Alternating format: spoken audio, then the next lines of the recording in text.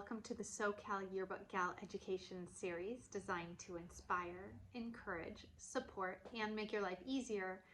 For the next couple of weeks, we're going to be talking about what to do when you are done with your yearbook, when you've hit that final submit button and you are treading water waiting for your books to arrive at your front doorstep. And there's a lot to do, especially those of you who have students coming back after not being in school for the entire year. We need to keep your staffs engaged. And there was a new Balfour blog that came out that is just so awesome. It has 3 really great examples and then another list of a bunch more things that you can do. So I'd like to show that to you. It's on our Balfour blog. It's blog.balfour.com. And it was the one from April 20th, and it says, now what? 3 projects to keep staffs engaged.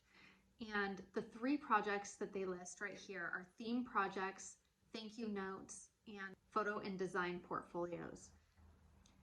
And this is post yearbook. As soon as you're done with your yearbook, here are 3 projects to keep you guys engaged. The first thing is to just start visualizing your ideas for 2022.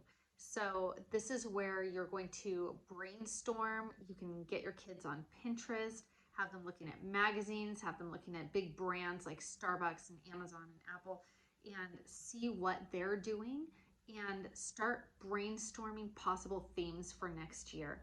Also, remember that when you're deciding on a theme, it should be something that is unique to your school and unique to the year.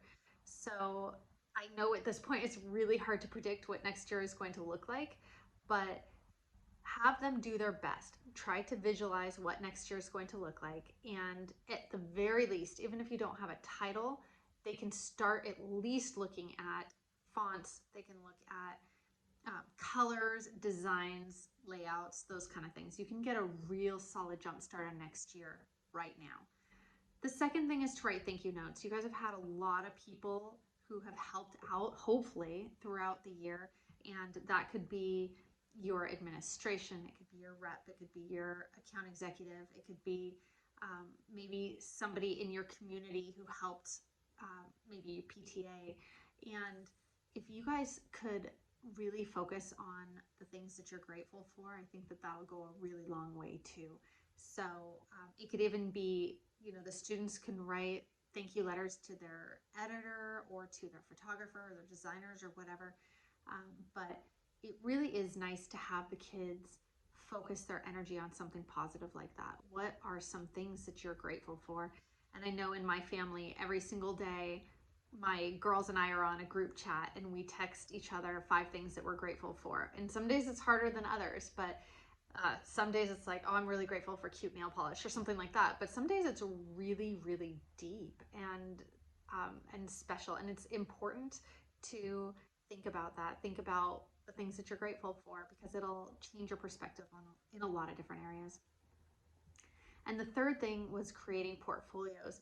Now, there's a couple of different things. We talked earlier in an earlier video about creating like a staff manual, and that's really beneficial. This is different from that. These staff portfolios are really just, it's really just giving your students an opportunity to gather up the things that they did this year. So did they take some really beautiful photos? Did they create some great layouts? Did they write some amazing copy? These are all the kind of things that if they create a portfolio, they can then showcase their work and use that for their college resumes. It can help them go further in the real world. And so portfolios are a really great way to have the kids really showcase their work. And then I love this last part right here. It says, here are 16 more end of the year assignments focusing on photography, typography, and design. I'm going to click on that and I'll send you the link too. But it says what's next. And there's all sorts of stuff here, like doing, going through your archives and picking out the best photos from the year. I've actually had staffs take pages from their yearbook and then cut them, like print them out, cut them out, and then recreate in a different layout. But you have the large photo, you have a dominant photo, you have a text block, you have captions, and they just kind of lay it out, but they use an actual layout from the year before. You can have them practice photography skills. I have another yearbook advisor who created a really cool scavenger hunt. And it's something as simple as like, hey guys, take a picture of a zigzag line. And he was telling me about one student who was, the one that won was this student who really made her body into a zigzag line. And it's just really cool. Kids are so creative. And so this is a really great outlet for them to practice their photography. Having fun with fonts, this would really help you also when you're doing your staff manual and when you're doing your theme planning for next year. But you can have, I love this, a font fashion show, have the kids dress like a font.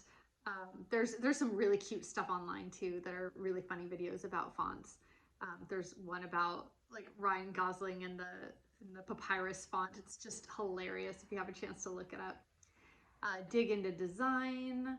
There's a bunch of stuff here for you. So I hope this helps keep you busy, keep your staff engaged. And if you have any cool creative ideas and things that you do at the end of the year, please send them my way and I'd love to share it with the group. Take care, you guys. Have fun.